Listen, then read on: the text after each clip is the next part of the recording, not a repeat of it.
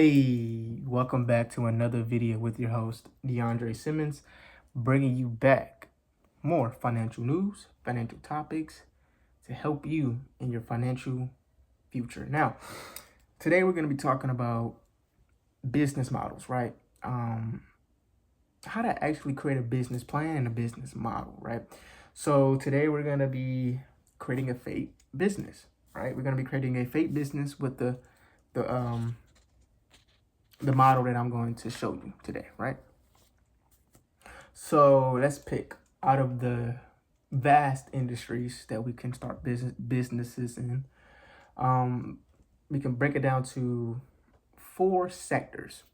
You have white collar sector, got the blue collar sector, some people, the pink collar sector, but we're gonna add another one, the gray collar sector.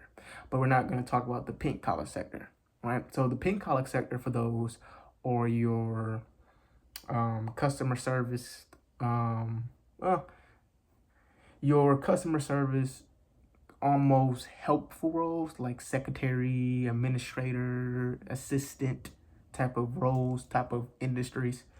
So that's your like pink collar, right? Teachers, those are more like your pink collar.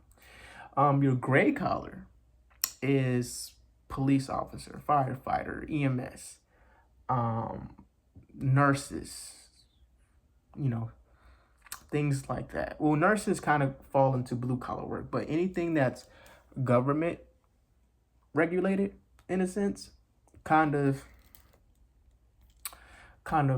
sit under gray collar. So you can think of government as gray collar. Then you got white collar, obviously engineers, doctors, accountants. List goes on and on and on. But today we're gonna be talking about business models, right? So with these 3 sectors, I'm gonna let's pick blue collar sector, right? Let's say we're gonna start a roofing company, a roofing business, right? So first things first, with any business model, I want you to get the description. Now the description should be a basic introduction really to your business model. So we have a roofing company, right? What is a basic description of our business model? So we're going to say, well, the description for this will be something around these lines. Hey, my business help those in need of new roofs due to home, the usage of homes, the usage of commercial buildings. We help renovate roofs. Excuse me. We help new construction buildings put on roofs as well.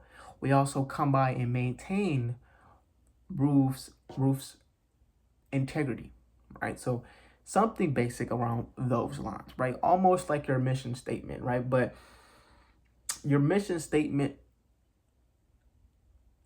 should be a description, but you want to put more detail behind it, right? If somebody asks you introduce your business model to them, you want to give every detail, pretty much a summary of the whole business from, hey, we also cater to this type of clientele in this type of industry, or things of this sort, right? Now, second thing, now this is how you're gonna get paid, your revenue streams, right? So description, revenue streams. So your revenue streams, the goals, how you measure them, the goals and how you measure them. I want you to think of revenue, the way your business is making money. Make it a goal. Always make your business have a revenue goal, because I see a lot of people who don't have revenue goals and they kind of fall off because or quit their business, right? A lot of people get into business and then they quit due to them not having a goal when it comes to revenue. They just think, oh man, I'm only getting 100 sales. Oh man, I'm only making $10,000 in revenue. Oh man, and or I'm not making no money, or I'm losing money, and things of this sort. But having goals, having milestones. Hey, I'm gonna make 500 this week. Hey, I'm gonna make 2,000 the next month. Hey, I'm gonna make 10,000 the next month. Hey, the next following month I'm gonna make $20,000. So always give yourself a goal, and not just any goal. Not say, okay, well, I want to make $10 million by the end of the year. Not that type of goal. Have realistic revenue goals, and it helps you measure your company too. Because if you say, okay, well, we're at 5,000, but I want to make an additional 5,000, $10,000 in revenue. Well, what am I doing now that's stagnating me from hitting my revenue goal of 10,000? So I don't want you to think of that way. Think of it as, well, we have 5,000. Now I want to get to 10,000.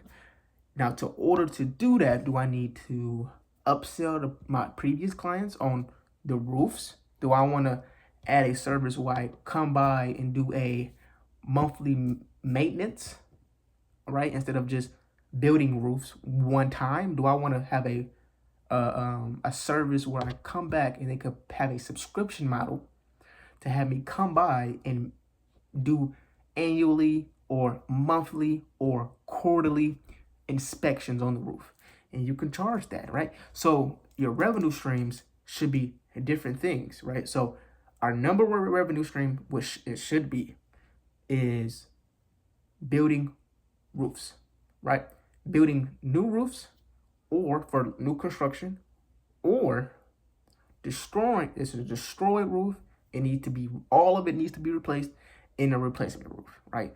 Those are going to be our two main revenue streams, right? And with those revenue streams help. Well, those revenue streams have other revenue streams or goals you can associate with that revenue stream. For example, the maintenance, coming by quarterly, monthly, or annually to inspect and maintain your roof integrity. That can be another service, right? Another service can be having deals for certain companies, commercial buildings, and that can go under that as well. Now, once you got your description and your revenue streams, which is your goals, right? Don't think of it as money, think of goals. What's your customer target, right? So with our roofing company, right? Find three, find three customer challenges for your customer target, right? What are three challenges in my business that my customers face? A, they may not know how to build a roof, right? A lot of people don't know how to build roofs, right? So time commitment, right? And last but not least, maybe price, right? Maybe they want to do it as cheap as possible. Maybe they want to do, maybe they don't have a lot to spend, right? In my philosophy, as well as in my philosophy with companies and with building a business from scratch, if you don't have a lot of clients, you do not leave money on the table. A lot of people is going to be like, oh, you should get paid what you're worth. No, because if you was getting paid what you're worth, right, you wouldn't have to negotiate with your clients, right? You wouldn't have to prove yourself, have a portfolio already on hand to make sure, or have reviews that demonstrate that you are the right man at the right price, because the market dictates your worth and your company's worth. In this sense, our roofing business, right? And there's thousands of roofing businesses and companies and blah, blah, blah in my local area, in my local city, in my local state. So how do you get into the market, right? So a roofing company, probably a one man band, or a 2-man band, or a 3-man band, or 5, whatever it may be, but it's a small firm, small business, and we're trying to grow. You don't leave money on the table. Now, this is where your network comes to play, right? Because you haven't have reviews, Google reviews, Yelp reviews, business reviews, of that, right? So The next thing you want to do is go and tap into your network. Now, your network should have general contractors, other roofers, other roofing companies, so on and so forth and so on. And you partner with them, right? So you partner with them. So our customer challenges, those 3 challenges that I mentioned, right? We pitch our customer targets to the partnership. Hey, I know that your target market, your customer target, and the challenges that your customer face is pricing. I know sometimes you might not have you're at a certain level where certain people think you're overpriced, or people think that they don't want to spend as much money because they don't have as much money on commercial on roofs, if it's a residential or even commercial sometimes, right? But other two given don't know how to do the work. Of course, if they know how to do the work, they won't call you to do the roof, right? So on and so forth, right?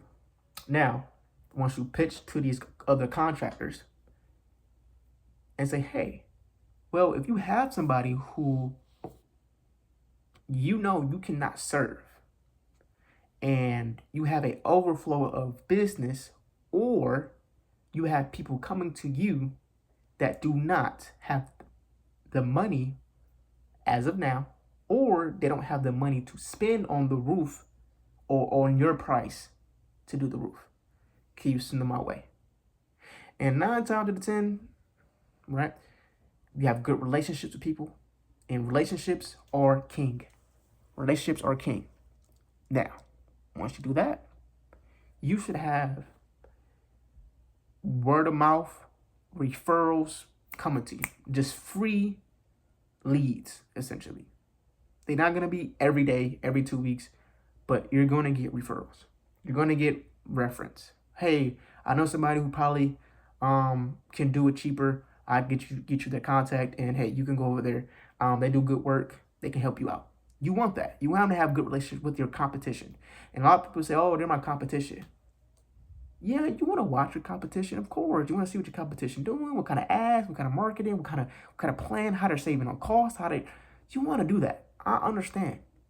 But having good relations with other players in your area as a small business, or in our sense, a small contractor, is extremely valuable. Because whatever they don't want, they can just kick it to us. And we can build on top of that. Now, of course, you're not going to stay there for long, right? We don't want to stay in that position where we're just getting the steady just business. We want to grow. And then when you start growing with this, what is your customer, you got your customer target. Find 3 challenges. And then those 3 challenges, get their pain points. Okay, they probably don't have the money. Okay, we're gonna partner up with people who are more, who can give us business, because those people are coming to them do not fit their customer needs or their customer target group, so they can kick them. And then find a solution. Now, obviously, it's the roof, right? That's our solution, right? Solve our customer challenges, which is providing a quality roof with what price point and what they can afford. No money left off the table. Now, what is our value, right? How do you distinguish? How do you grow, right? Okay, I might be getting business. Okay, a little bit of business here and there, blah, blah, blah, blah, blah.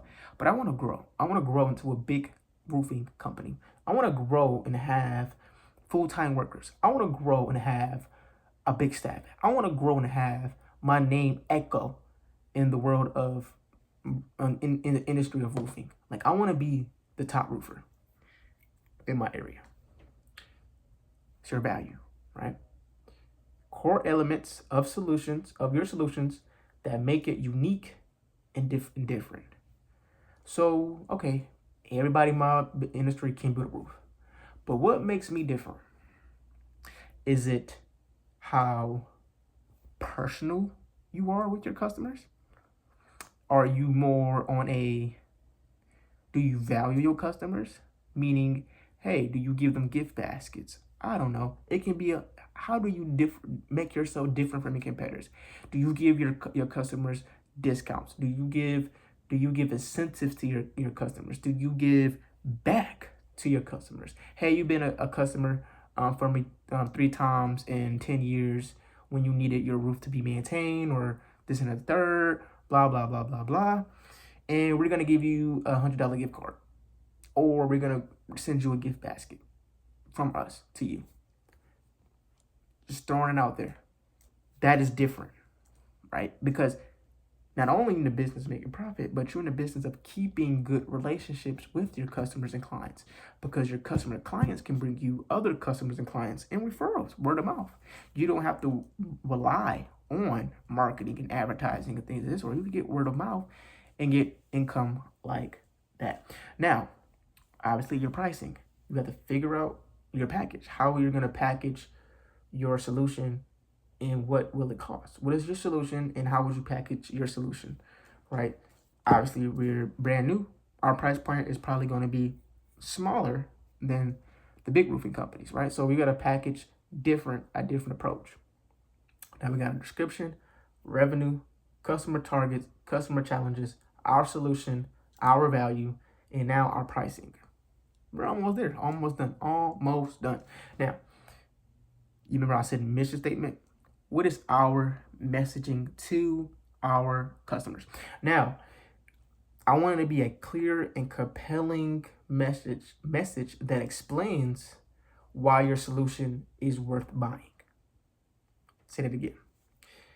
A clear and compelling message that explains why your solution is worth buying. Okay. So what I mean clear and compelling, a mission statement or your messaging in this sense should only be about one sentence max. Your motto, your messaging, your mission statement should be one. And this mission statement should be your backbone for you to keep pushing to. Hey, ABC Roofing Company, we pride ourselves to give our clients the best quality, the best service, and most important, creating a legacy, it can be whatever you want to be, but creating a legacy within my community, within ABC community, to help the community propel forward. It can be anything, but in our sense, that's what I used, right? Off the dome, right? And that can be your mission statement. Something that compels people to be like, well, I like their mission statement. That's what they stand for. Our mission statement is to help those who are in need, who do not have expensive budgets or expendable budgets, or hey, we help this demographic of people get a faster solution in a quicker time because we understand your time is valuable. It can be whatever, but you want your mission statement to be concise, compelling, explains what you're doing, explains what they're getting, and why it's worth buying. It's worth buying is because you're going to get quick, fast, and quality. Hey, you're going to have a reliable company that treats you like family. It can be anything, but it needs to be concise and compelling, right? Next, your go-to-market strategy. How are you going to go to market, right? So we talked about it a little bit with the customer challenges, partnering up with other general contractors, partnering up with local companies, partnering up with smaller firms. Just partner up. Just say, hey, if I have any big projects that I can't handle, I'm going to send it your way. If you have small projects your way, and I know I'm a small firm, send it my way. And trust me, it works. It works. And that's very important too, because in our sense, because we chose roofing, it's a skill that we already have, right? We already mastered. So with mastery comes working for other people.